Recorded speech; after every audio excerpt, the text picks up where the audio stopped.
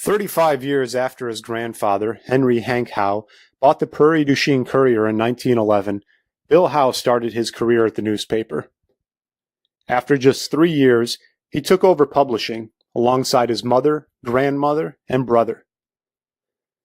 During the first 2 decades that he and his brother were at the helm, they bought the other 2 Prairie du Chien newspapers, the Crawford County Press in 1954 and the Prairie Spy in 1966.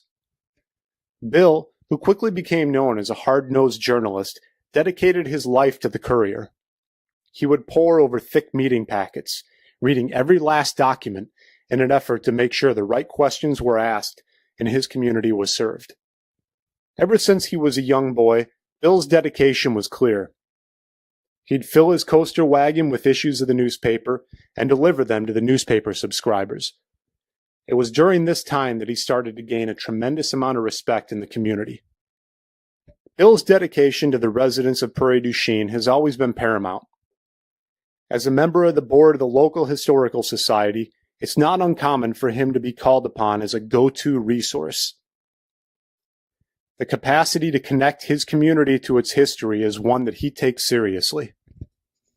Outside of the time he spent publishing the newspaper, Bill managed to find time to devote to other passions, the great outdoors, and historical preservation.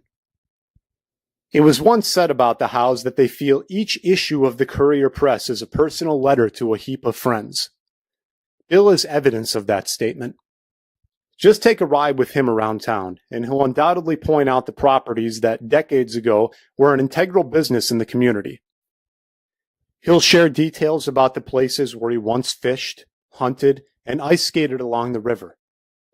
He'll introduce you to one of his many sweethearts, reminisce about the buildings where he danced amongst friends, and bestow wisdom upon you that only a loyal newsman of his caliber could.